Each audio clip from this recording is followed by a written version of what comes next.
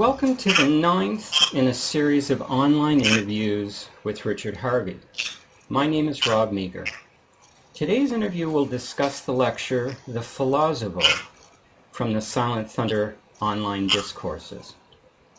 This lecture is available in written form in Moksha Dawn, an ebook you can order from the books page of the Sacred Attention Therapy website. You can listen to the full recording of many of these lectures on the lectures page of the Sacred Attention Therapy website. And you can view many other interviews on the videos page of the Sacred Attention Therapy website or our YouTube channel.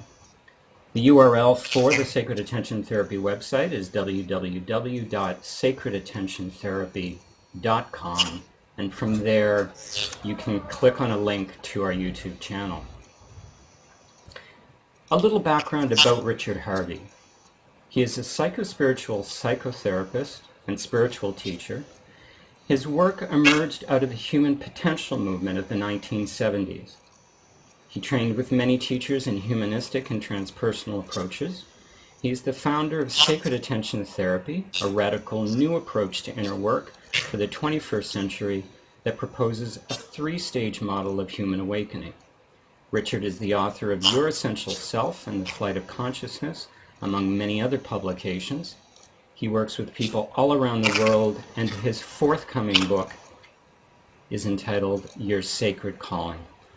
And it's now my pleasure and our gift to welcome Richard to the call.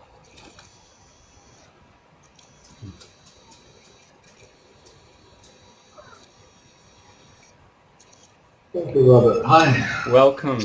Good to be with you. And you? It feels like a little while since we've come together in this format, and for our returning listeners and viewers, they may notice that we've changed the format slightly for this interview series, and we'll continue on in this way. A little shorter format, a little bit shorter time we'll be together, which gives us an opportunity to hone in on the lectures. And this lecture, The Philozovo, where I'd like to begin is perhaps with the most obvious question for many people, because this word Philozovo, P-H-I-L-O-Z-O or Z-O-V-O, may be a new word for many people. And could you begin by sharing with us what this word means, Philozovo? Philozovo means love of the divine core, and I have elsewhere broken it down in terms of the etymology, but just quite simply it is a word, or rather putting together phil and o and zovo in ways that would reflect the meaning of something for which I couldn't find a word.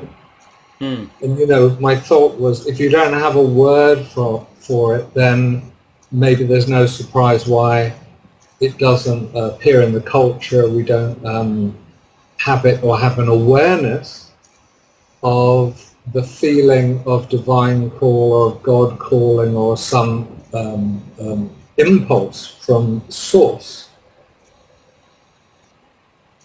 impelling us to somehow awaken to something spiritual.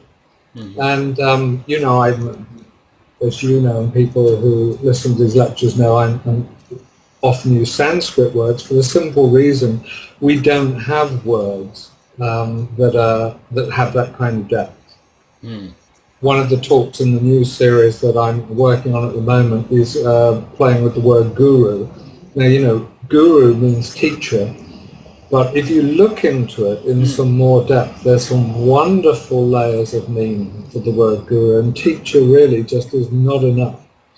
In the case of Philozovo, having not found a word, not only in common usage, but even in ancient languages, that somehow express this idea of something which I think you'll understand, and many people listening to this will understand. Even when you're very young, you feel this, or maybe particularly when you're very young, you feel this call, you feel this impulse. And it's not just you towards God, it's God toward you. There's a reciprocity, should we say. And so this love of the divine core, encompassed in a word, gives us a chance to have a label, if you will, or a resonating sound that somehow conveys it and reminds us and enables us to conceive of it and to speak of it in a fairly succinct way. Hence the Philozovo. This call of the divine, the Philozovo, you get right into it as you start the lecture, because you begin talking and sharing that we exist within three spheres of existence, or three conditions, and those being deep sleep, dreaming, and waking life. Now you go on to share that these three spheres are likened to the three stages of relationship: self, other, and the divine. And there's also a connection with Buddhist bardos and the philosophy of bardos in that. But then you point out that the three conditional states and the three stages of relational and relationship parallel your three stages of awakening model: self, other, and God. And I wondered if you can speak to the parallels among these three conditional states, the three stages of relationship, and your three stages of awakening.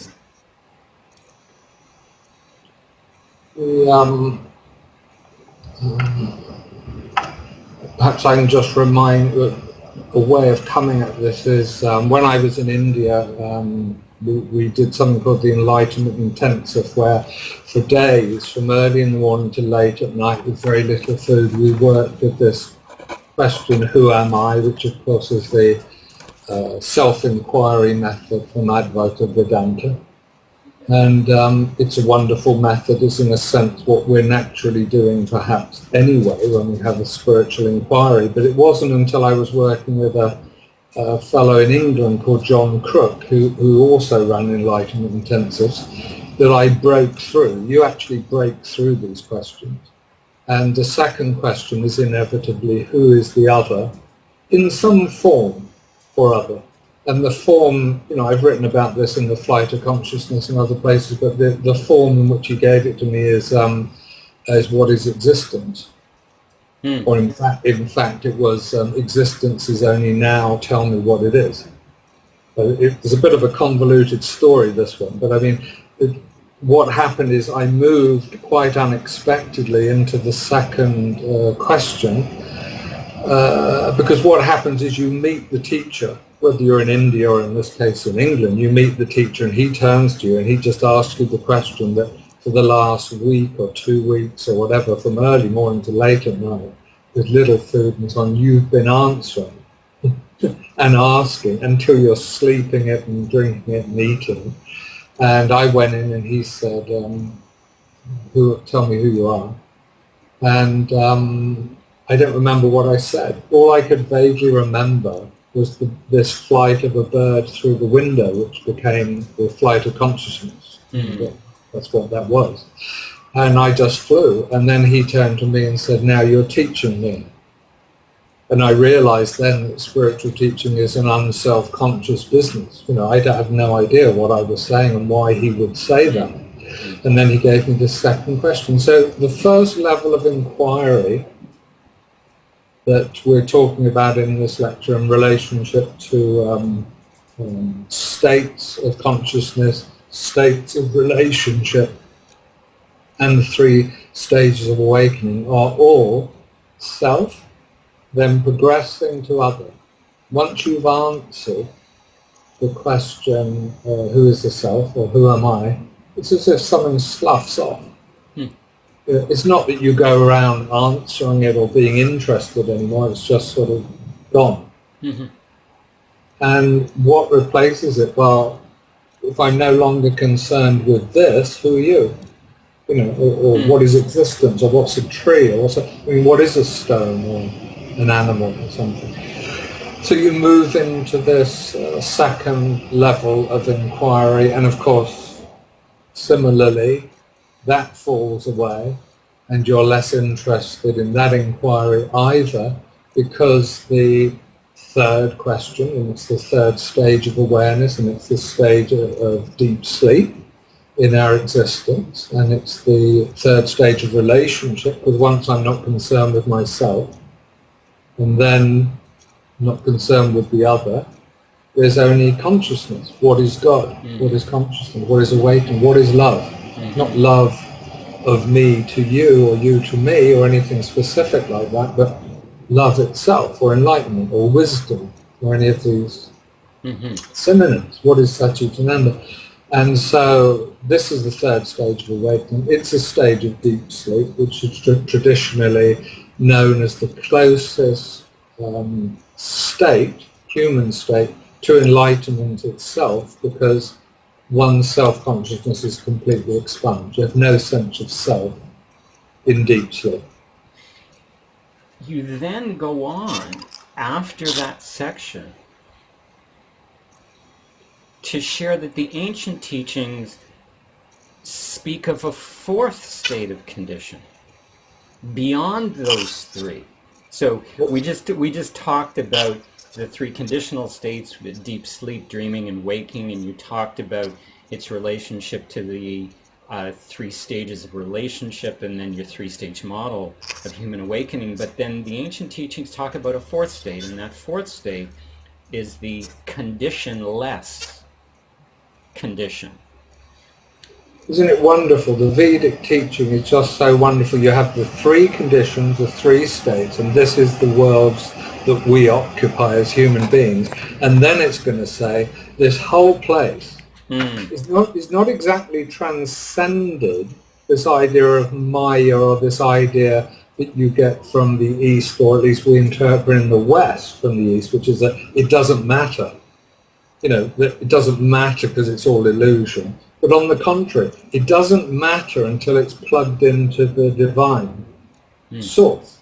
And when it's plugged into the divine source, it's rather like streetlights or something. They're all dead through the daytime, and then in the night, not streetlights, but, you know, Christmas lights, or, you know, here in Spain where I live, they have fiestas all the time. You have these dead little light bulbs everywhere. And then at night time, it goes, whoom, you know, the whole place can be lit up for a fiesta. And it's all, you know, tremendous and joyful and bright and all of this. This idea, this is as close as we can get to something like this idea of that all three levels are shot through with the divine. The light of consciousness permeates the whole thing, all of it. The waking, the dreaming, all of the states of relationship, the relationship to I, to you, you and I to God, and anything at all. And this is called Turiya, or the fourth state. Traditional Vedic wisdom, Ramana Maharshi has talked about Turiya all the time. And then what's really wonderful is the fifth state, because and it does go this far, which is Turiya Tita. And Turiya Tita, I feel, is, it's almost like once you've finished with the analysis of this state, this state, this state, then it's shot through. Then the only place to go after that is a continuous stream, an ocean of consciousness, unity. You see everything is exactly the same. You've even transcended not only the idea, but the actuality of the 1, 2, 3, 4 states. And that's Turiya Tita. That's the absolute. There's an interesting piece in the lecture where you share that there are two schools of thought in regard to the concept of God, or it might be this conditionless state, or even the fifth state that you referenced. But two schools of thought regarding this concept of God, or source, or the divine. There's the school of thinking that God is out there, outside of us, and the school of thought where God is in here, inside of us. Or could even go as far as to say we are God. Is one right and the other wrong? Not so much that, but you see, the way to the divine is undoubtedly through the inner, or the way of gnosis, which is by which I mean the way of discovering divinity inside, because if you defer it to the outside and always see it there at the expense of your own divinity, you don't really get to move into Turiya as such. You have to realize that you are the source of the light through which the blessings of the world are not only experienced, but also the world experiences it from you. And that's why the Philozovo is to me such a precious concept, because it has this Greek idea, an idea in Greek mythology, that not only is the human longing for the God or the divine, but the divine is longing for the human too, which you get, for example, in Psyche and Eros. Mm-hmm. So you get this wonderful interplay, and of course in Europe anyway, and where I was brought up and where I live now, there's much more of superior-inferior thing going on. You know, God is above man, as it were. You know, and man beseeches through an intercessionary agent, the priest or Jesus, God, and all of this. So it's a kind of hierarchical thing going on. What I would say is that for those of us who practice and interested in spirituality today, the most effective way is in the way of gnosis, to the inward discovery of a real experience of the divine, to then see with new eyes the light and consciousness that pervades the world. Mm-hmm. Mm-hmm. So it's not a right or wrong thing. I mean, again, even in the Vedas it says there's three ways, and one of those ways is God's out there, and one of those ways is God's in here, and the third way, of course, is service. And it says they're all good and they all will get you there. Yeah.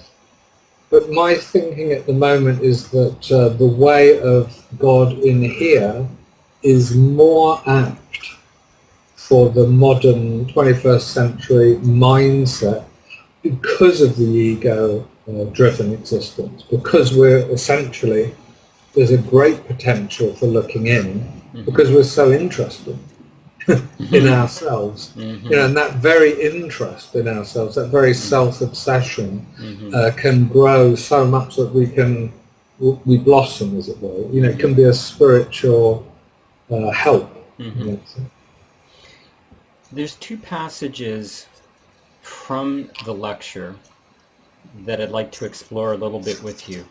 It's about halfway through the lecture that you state, quote, "Your difficulty with God is that God is closer to you than yourself, yet God is a mystery," end quote. And you go on to say the following: "Once you have been raised to look outside for everything, to search for what you want, once you have been infected with the sense of lack in your life, in the world, and in your heart, the only sensible way to lead your life seems to be to seek what you want. Everything of value seems to be out there, and if not out there, at least arising from your internal struggle, making something of yourself, training, studying, learning, improving, when you yourself are just perfect as you are, for you possess so many inner treasures." And my question is where do we begin to mine these inner treasures you speak of?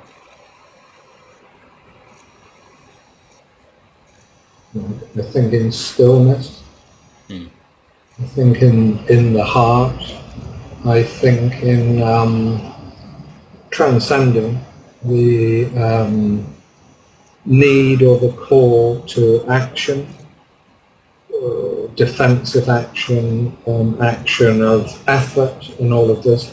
These, of course, are very difficult matters because there is a psychological journey that precedes this for everyone today.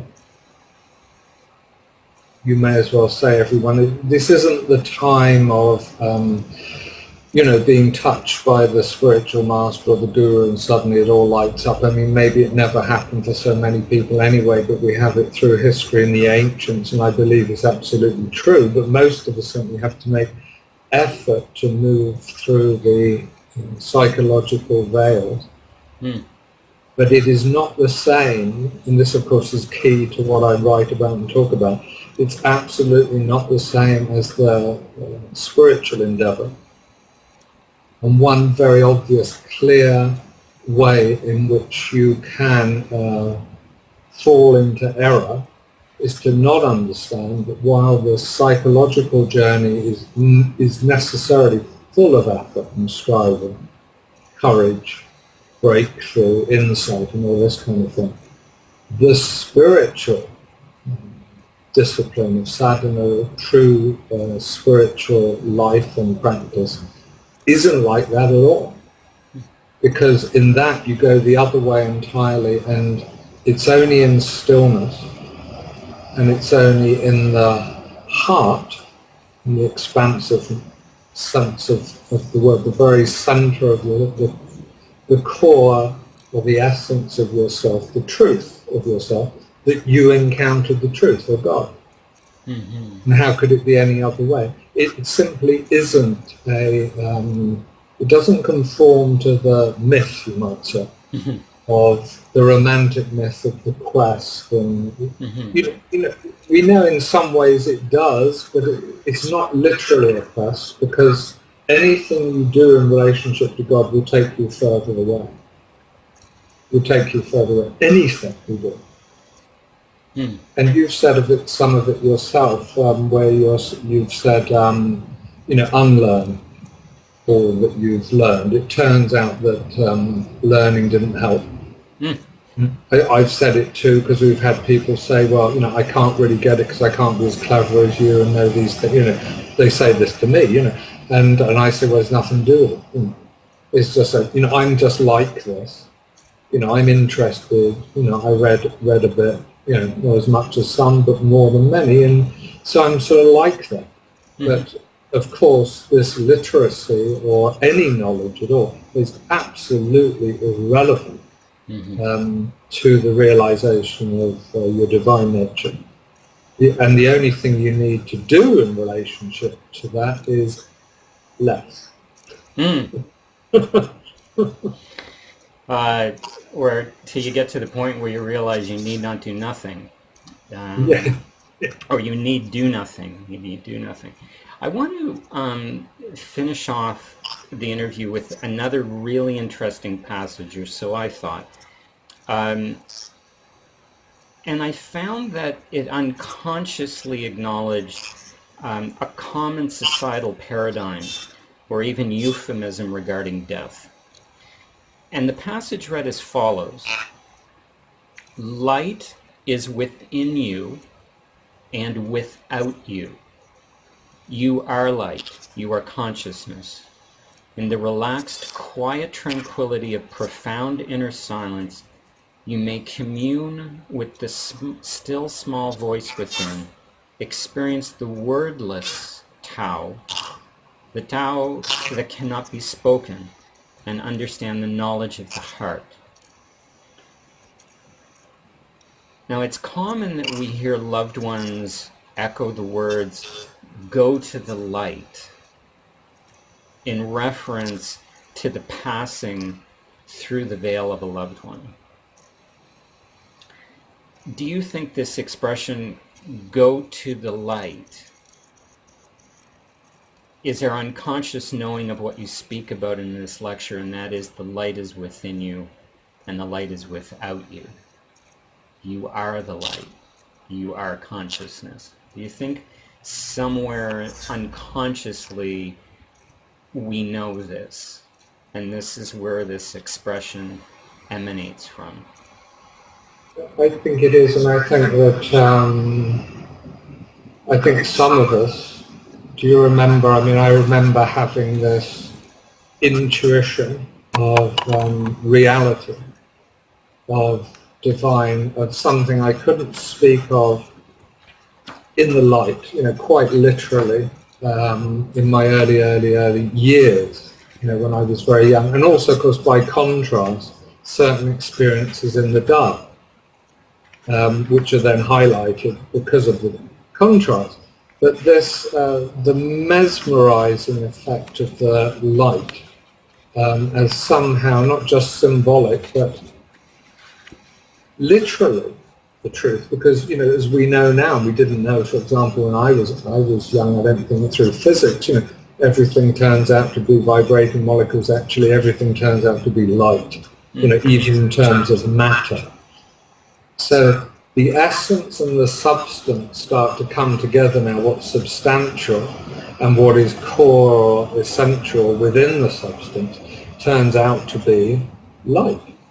And light turns out to be the manifestation of consciousness in the field of space, time. Anything, any clue, or any intuition, or any, taste that you can possibly get of the infinite, here in this place where everything is dying and sad, ultimately, through layers of happiness and turbulence and dance and poetry, everything ultimately dies, everything is ultimately sad. So when you find something, and that something stands for, speaks to, proclaims, says, like the answer to the philosopher, I'm here, it's dancing light on the water, it's a drop of water separated from the flow, and there's a prism of beautiful light sparking through it. These are the things that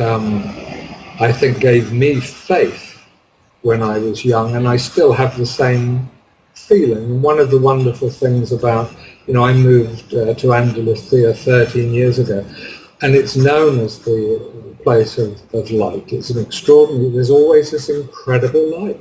And I started taking photographs of this incredible light, and even the photographs look good of the light, because the light is amazing. And this light speaks to me all the time of the divine and of communing with God. Let's leave it on that beautiful note, the communing with God and the light. I want to respect the new format here, which brings to a close with this lecture we spoke about the Philozovo, brings to a close our discussion of the Sound of Thunder online discourses. And when we meet the next time, in a fortnight or close to a fortnight, we'll begin a new lecture series. It's a 9-part lecture series called the Novena Teachings, and there are just some wonderful, wonderful lectures in that series, and I'm very excited to begin speaking with you about them, and we'll talk about the overall series when we come together the next time. So thank you very much, Richard. Looking forward to it. Thank you.